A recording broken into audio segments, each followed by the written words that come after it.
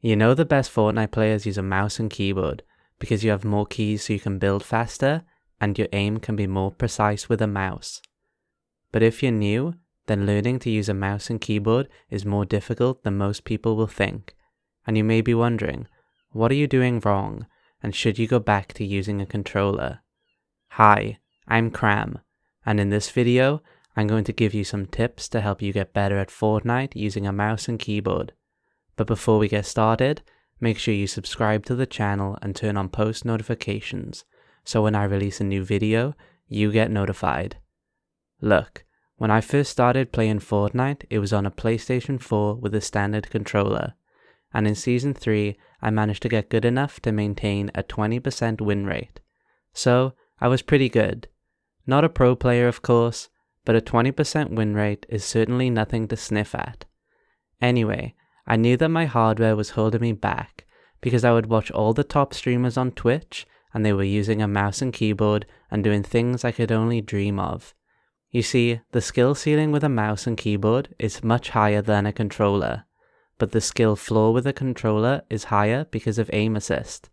In other words, it's harder to be bad at using a controller because you have aim assist to help you out, and it's easy to suck at using a mouse and keyboard, especially when you're first starting out. You see, when I started out I was awful as well, and I want to share with you some of the things I've learned to help you get better at playing Fortnite with a mouse and keyboard fast. Now let's get on with the first tip that I have for you, and that's to use a sensible sensitivity.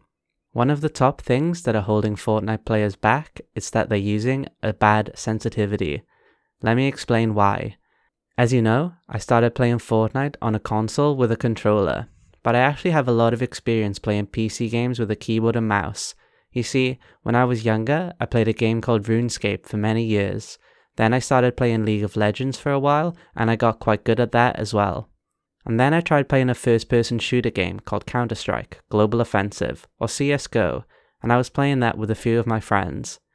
Now, I'm quite good at games in general, and I'm used to being the best at games in my friendship group, but I was by far the worst at CSGO, and this didn't make me feel good.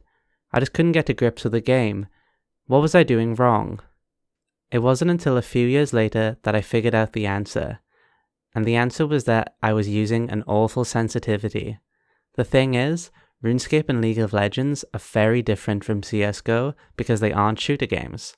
You see, when playing League of Legends, you can use a much higher mouse DPI than usual to help increase your actions per minute or APM, and that's useful for a game like League of Legends. But it's not the same in a shooter game. For shooters such as CSGO and Fortnite, you need to be much more precise with your mouse movement, and this means using a lower DPI and therefore a lower sensitivity. For example, virtually all Fortnite pro players use a mouse DPI of 400 or 800. Of course, there's more to Fortnite sensitivity than just the DPI you use, because you also have your in-game sensitivity to consider. You can calculate your true Fortnite sensitivity, or your eDPI, by multiplying your mouse DPI by your in-game sensitivity. I have a video all about eDPI, which I'll leave a notification to on the screen now for you to watch, and I also have a free eDPI calculator on my website, and there'll be a link to that in the description for you to use. So what sensitivity should you use in Fortnite? Well, the PSA method can be a great starting point because this will help you find a sensitivity that feels good to you. Another option you have is to look at what the best Fortnite players are using and base your sensitivity somewhat on that. I have a post on my website where I analyze the sensitivity of more than 300 Fortnite pro players and go into depth about things like mouse targeting sensitivity and mouse scope sensitivity. It's a little bit long to go into too much detail in this video, but I'll leave a link to it in the description and I'll have a video about it coming soon, so make sure you subscribe to know when that gets released. Now the second tip I have for you is to get a mouse that fits your hand. Here's a quick story about how I chose my first gaming mouse for Fortnite, and it's a perfect example of when looking at what pro players use goes wrong. Let me take you back to early 2018. At the time, Ninja was by far the most popular Fortnite streamer, and he was arguably the best Fortnite player as well. Anyway, Ninja was using the Logitech G402 mouse. It has 11 programmable buttons, and Ninja bound all 4 of his building pieces to the buttons on his mouse. So he's one of the best builders, and he did it all just using his mouse. I thought that was pretty cool, and I thought if I bought the same mouse, then I could build just like Ninja. You see, the Logitech G502 is one of the best reviewed gaming mice, and it was very popular with Fortnite players at the time because of all the additional buttons. So, I got the Logitech G502, putting my trust into Ninja and other Fortnite players and all the positive reviews.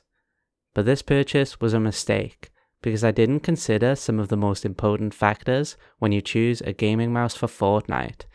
That's the size and the weight. You see, you want to use a mouse that is the right size for your hand. When your mouse isn't the right size for your hand, your aim will never be as good as it could be.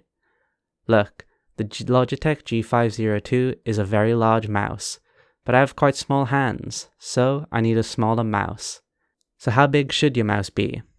First, start by measuring your hand from the base of your wrist to the tip of your middle finger. Next, take that number and multiply it by 0.75 and then again by 0.7, and you should have 2 values, and you want to look for a mouse that's in between those 2 values.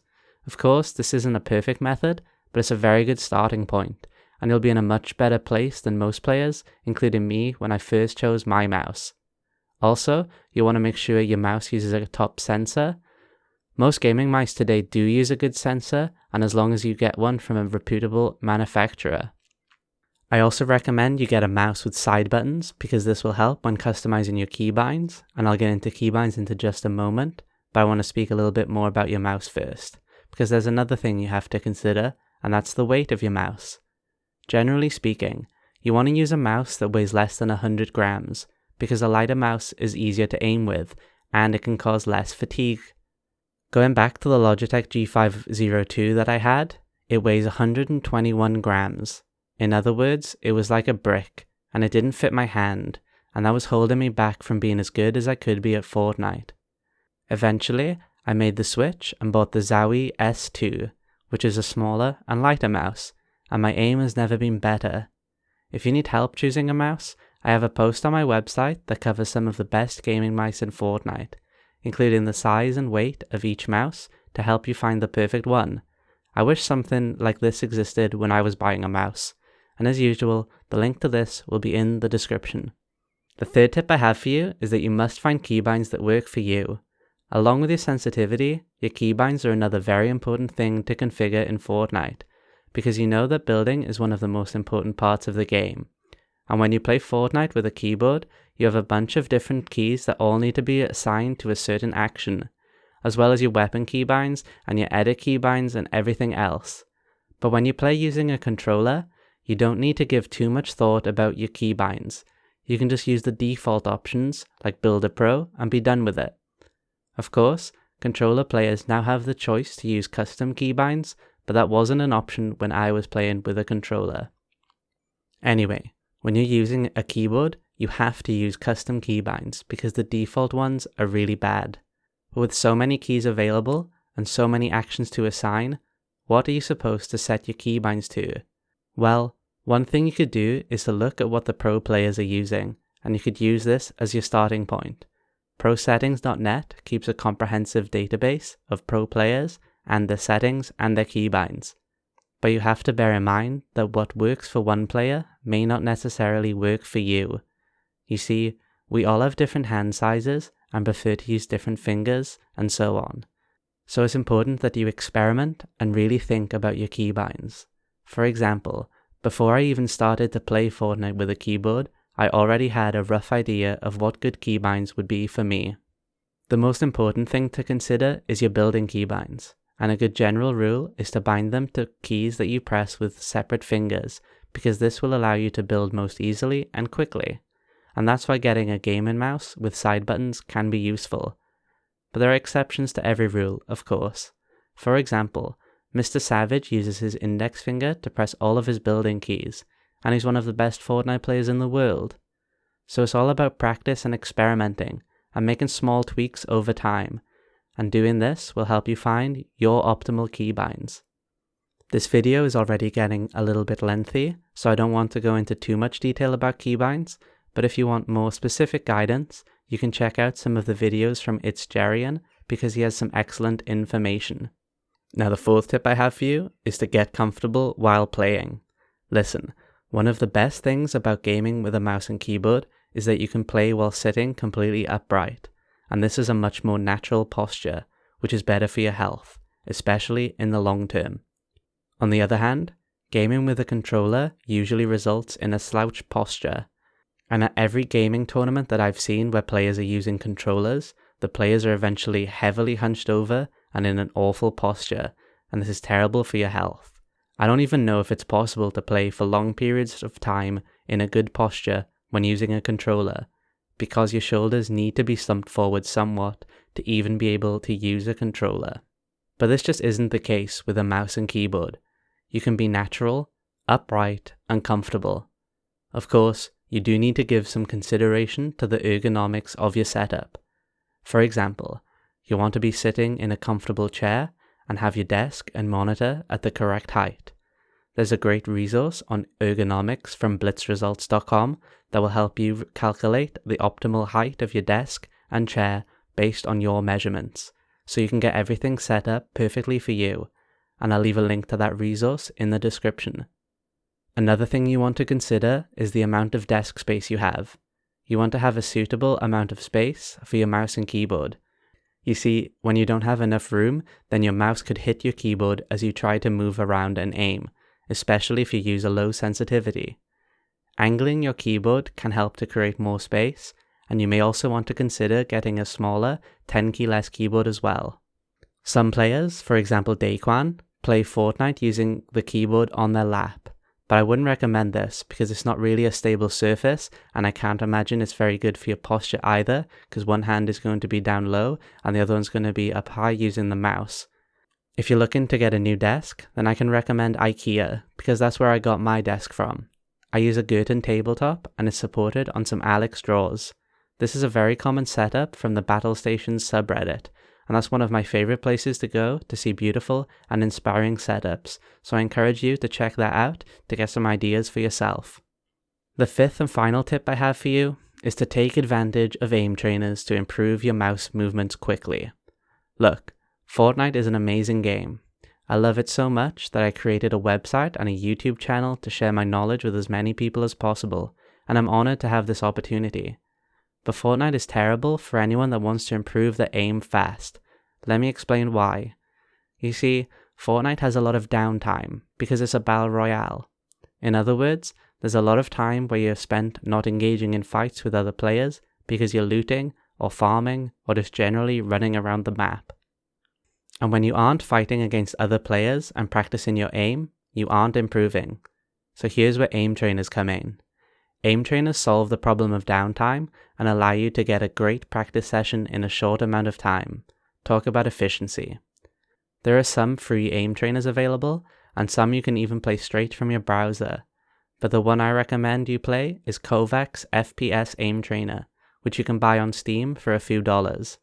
Look, all of the best Fortnite players use Kovacs to improve their aim, because they know you're limited to how good you can get by merely playing Fortnite alone.